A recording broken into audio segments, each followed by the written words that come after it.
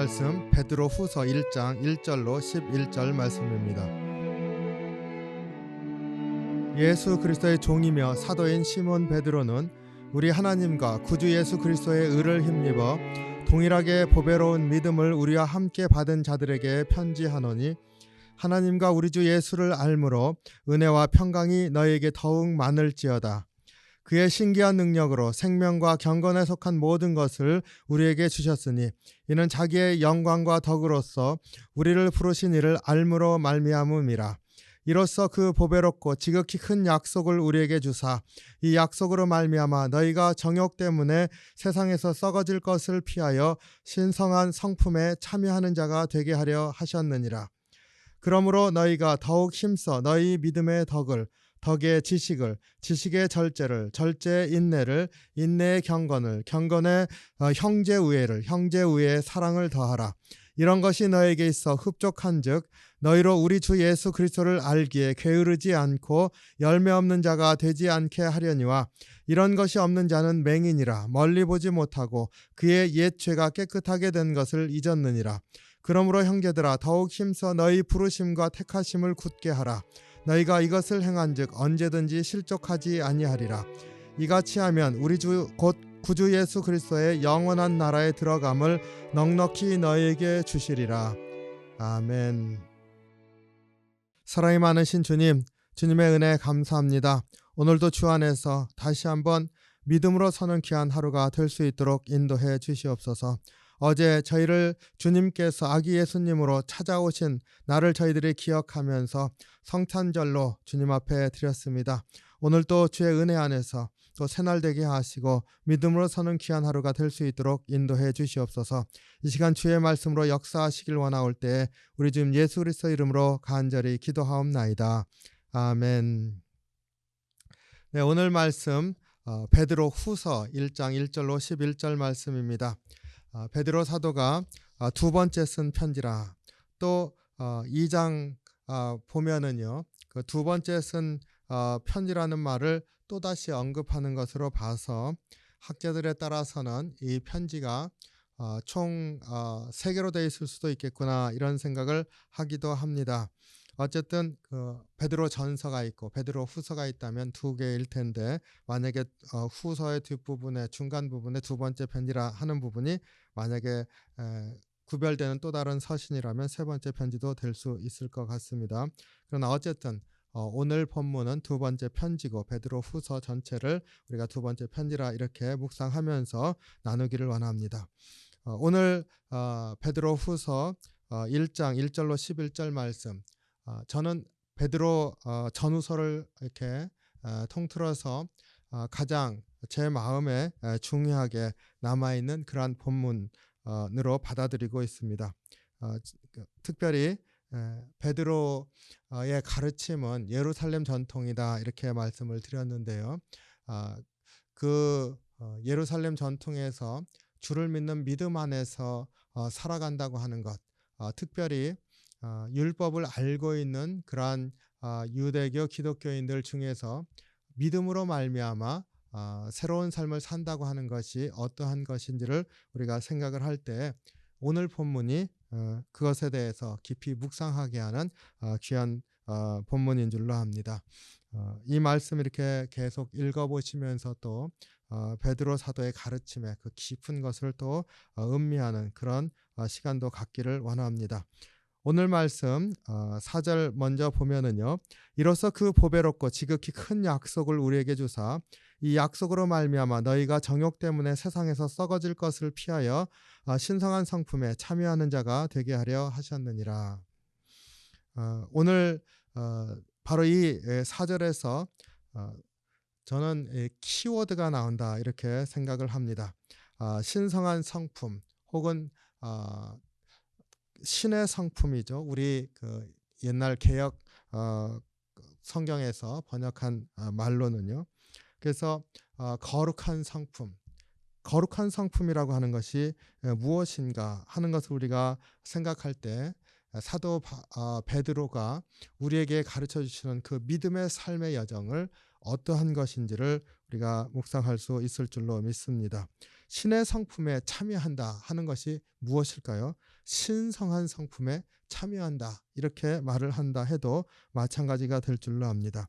이 말은 주의해서 생각해야 될 줄로 믿습니다. 우리가 신의 성품에 참여할 수 있다고 하는 신의 성품을 갖게 된다면 그러면 신과 같이 된다는 것을 의미하는 것인가요? 그렇지는 않겠죠.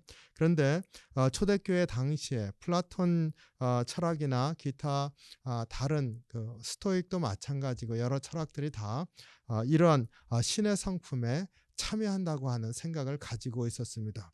그래서 본질적으로 그 신과 닮아가는 삶을 우리의 삶 가운데서 이루어갈 수 있다고 생각을 했기 때문에 그 당시의 사람들이라고 한다면 신의 성품에 참여한다라고 하는 것을 그렇게도 생각할 수 있을 것 같습니다. 그렇지만은 믿는 사람들, 초대 기독교인도 마찬가지입니다.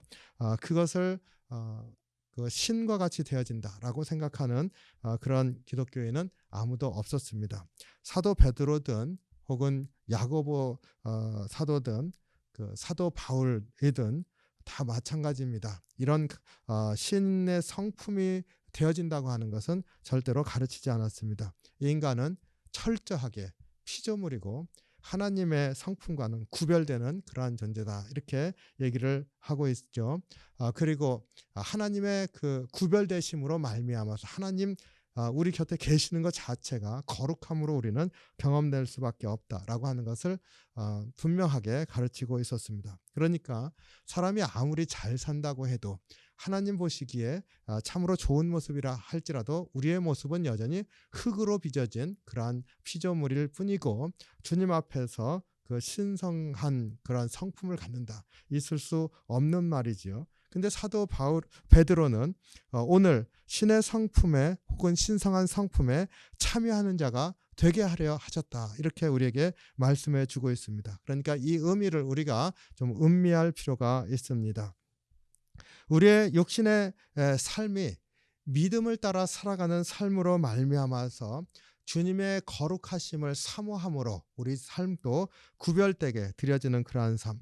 그래서 세상 가운데서 그 욕망으로부터 혹은 세상에 따라 살아가는 그러한 삶으로부터 우리의 거리를 두면서 믿음으로만 살아가려고 애쓰는 그러한 삶 가운데 우리의 마음과 우리가 주님을 닮아가는 그런 모습 안에서 우리 육신의 삶 가운데 드러나는 것이 변화가 일어난다는 겁니다.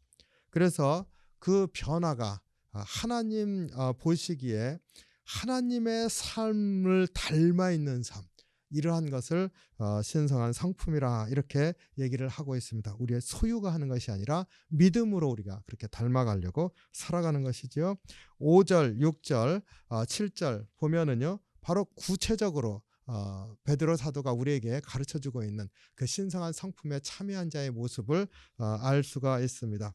그러므로 너희가 더욱 힘써 너희 믿음의 덕을, 덕의 지식을, 지식의 절제를, 절제의 인내를, 인내의 경건을, 경건의 형제우애를, 형제우애의 사랑을 더하라. 이것은 마치요 우리가 믿음으로 출발해서 그 덕으로, 그 다음에 지식으로, 절제로, 인내로, 경건으로, 형제우애로, 그리고 사랑에 이르는 어떤 여정과 같은 그러한 말씀으로 우리에게 다가옵니다. 이 성숙해지는 과정처럼 보여집니다. 근데 이거 잘 생각을 해보면은요, 우리가 믿음 생활하면서 우리가 육신을 입고 살고 있기 때문에 겪게 되는 많은 것들을 우리가 생각할 때 바로 이 그 말씀 하나하나가 우리의 삶에 어떻게 믿음으로 서기를 원하시는지 그 모습을 생각하게 해줍니다. 믿음으로 삶을 살아갈 때 나는 믿음으로 사니까 됐어 하고 멈추는 그런 삶을 살면 안 되겠지요. 예수님께서도 나무가 그 좋은 나무일 때는 열매도 선한 열매가 맺혀진다. 그 믿음의 삶을 살아갈 때 믿음에 합당한 삶의 열매가 맺혀진다. 사도 바울도요, 믿음을 강조했지만은 그러나 그 그리스도의 향기라, 우리의 삶의 모습이 그리스도의 편지라, 우리의 삶 가운데 나타나는 모습이 주님의 모습을 드러낸다고 얘기를 하고 있습니다. 그렇기 때문에 믿음으로 온전하게 살려고 애쓰는 그러한 삶 안에서는 세상 가운데서 믿음의 덕이 드러나게 된다는 것을 알 수가 있습니다. 그러니까 믿음으로 내가 구원받고 그랬으면 됐습니다. 멈추어 서는 게 아니라 믿음의 삶을 꾸준히 살아가는 것. 그런 삶을 통해서 내 삶이 믿음의 모습으로 변하고 믿음의 덕목을 키워나가는 그러한 삶으로 성숙해져야 된다는 것을 우리가 이 말씀을 통해서나 우리의 삶의 현실 가운데서 고백할 수가 있습니다. 그리고 이러한 삶을 살다 보면은요, 율법적으로 되기가 쉽습니다. 그렇지 않습니까? 믿음으로 살면 이렇게 살아야 되는데 하는 그러한 말을 우리가 할 때가 많이 있습니다. 그런데 자칫하면은 그 행위를 바라보는 그러한 과외에 빠질 때가 있습니다. 그러면은요, 바로 믿음의 실천을 통해서 내 삶에 열매들이 맺혀진 그것을 통해서 알아야 되는 게 있다는 것입니다. 그것으로 족한 게 아니라 그 덕을 쌓는 그런 삶으로 끝나는 것이 아니라 그 삶 안에서 사실은 하나님을 만나는 거죠. 이러한 삶을 통해서 주님이 고난 가운데서도 우리를 사랑하실 때 그 마음을 더 깨닫게 되는 것이고, 주님이 하나님 앞에 순종하면서 십자가의 길 가실 때 있었던 그 주님의 그 순종하시는 심정도 우리가 더 깨달아 알면서 사실은 주님을 아는 지식이 새롭게 열려지는 역사가 그 안에 있다는 것이죠.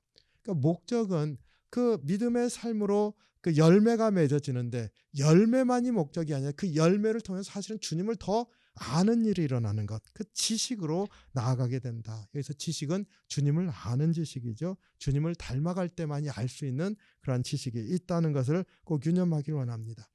그러면 또 이 지식, 주님을 아는 지식이 점점점 커갈수록 세상 가운데 살면은요, 여러 가지 핍박도 있고, 우리가 그러한 그 삶을 꾸준히 살아가려고 애쓸 때 세상에 도전도 있고, 이것을 이겨나가는 그러한 믿음의 삶을 살 수 있어야 사실은 이러한 삶을 지속해 나갈 수 있습니다. 그렇기 때문에 박해와 핍박 가운데서도 믿음의 삶을 이겨나가는 바로 인내의 삶이 따라올 수밖에 없는 것이지 않습니까? 인내의 삶이 없이는 이루어갈 수가 없죠. 사도 바울도 사랑이라고 하는 것의 가장 바탕은요, 잘 읽어보세요. 고린도전서 13장. 인내입니다. 참으면서 끝까지 주의 사랑으로 이기면서, 그리고 소망을 이루어가고자 나아가는 그러한 삶, 그 믿음, 소망, 사랑 함께 있다고 말하는 그 고백 가운데 나타나는 바탕에는 인내함이 있습니다. 그 인내가 굉장히 중요하지요. 그리고 그 인내의 삶을 살아가면서 사실은 그 핍박 가운데 나를 다시 한번 주님 앞에 지치지 않고 세워주는 것, 주님과의 깊은 교제, 경건의 삶이라고 하는 것을 우리가 금방 알 수 있습니다. 그렇지 않습니까? 너무 힘들 때 주님 나 좀 또 만나 주시고, 주님 나 좀 붙들어 주십시오, 고백하게 되지 않습니까? 그래서 인내의 삶의 자리에서 또 주님 앞으로 나아가는 그러한 은혜가 있고, 그러한 은혜가 있을 때 믿음의 형제들, 자매들, 믿음의 공동체 안에서 서로 나누고 서로 붙들어주고 세워주고 중보하면서 살아가는 공동체의 삶이 있습니다. 그러니까 형제 우애로 나아가게 되고, 바로 그런 것 안에서 주의 사랑이 우리 안에서 이루어지는 것이 어떠한 것인지를 보는 삶으로 나아가는 줄로 믿습니다. 이것이 거룩한 자의 삶이고, 이것이 믿음으로 말미암아서 주님의 성품에 참여하는 자의 삶이 되어지는 것이라 사도 베드로가 이렇게 가르쳐주고 있습니다. 믿음이라고 하는 것, 그건 주님을 바라보면서 끝까지 소망을 가지고 나아가는 것이지 않습니까? 그 삶 안에서 이 땅에 살고 있는 믿음의 백성들의 모습은 바로 사도 베드로가 우리에게 가르쳐 주시지, 믿음의 덕의 지식을, 지식의 절제의 인내를, 인내의 경건을, 경건의 형제 우애를, 그리고 그 위에 사랑을 이루어가는 것, 이것이 믿음인 것인 줄로 압니다. 이게 믿음의 삶인 줄로 압니다. 이것이 세상 가운데 있는 믿음의 백성들의 하나님을 닮아가는 삶, 신성한 성품에 참여한 자의 삶, 신성에 참여한 자의 삶이라 하는 것을 우리가 분명히 유념하기를 원합니다. 주님께서 우리를 찾아오신 이 절기에 다시 한번 주님을 맞아들이면서 산다고 하는 것이 무엇인지 오늘 사도 베드로의 말씀을 통해서 묵상하길 원합니다. 믿음의 덕의 지식을, 지식의 절제의 인내를, 인내의 경건을, 경건의 형제 우애를, 형제 우애 사랑을 더하라. 이것이 주님의 마음을 닮은 자의 삶이라 하는 것을 꼭 심령에 새기면서 다시 한번 주님, 내가 그러한 삶의 여정을 끝까지 나아갈 수 있도록 힘도 주시고 우리의 심령 가운데 할 수 있도록 또 해주시고 주님 바라보면서 끝까지 이기는 삶이 될 수 있게 이끌어 주시옵소서. 기도하면서 오늘 또 복된 날 누리시기를 주님의 이름으로 축원합니다. 기도하겠습니다. 사랑이 많으신 주님, 주의 은혜와 사랑에 감사합니다. 우리의 심령 가운데 다시 한번 주님의 마음을 깨닫는 은혜가 있게 하시고 주님의 성품을 닮아가는 귀한 삶이 될 수 있도록 인도해 주시옵소서. 믿음의 삶이라고 하는 게 주님과 동행해 나가는 여정인 줄 믿습니다. 이 과정 가운데 참으로 은혜의 열매들이 있게 하시고 어렵고 힘든 과정에서도 오직 주께 소망을 두면서 나아가는 저희들의 삶이 될 수 있도록 주장해 주시옵소서. 오늘도 주님 바라보면서 승리하게 하시고 참 소망으로 사는 귀한 하루가 될 수 있도록 인도해 주시옵소서. 감사드리며 예수님 이름으로 기도하옵나이다. 아멘.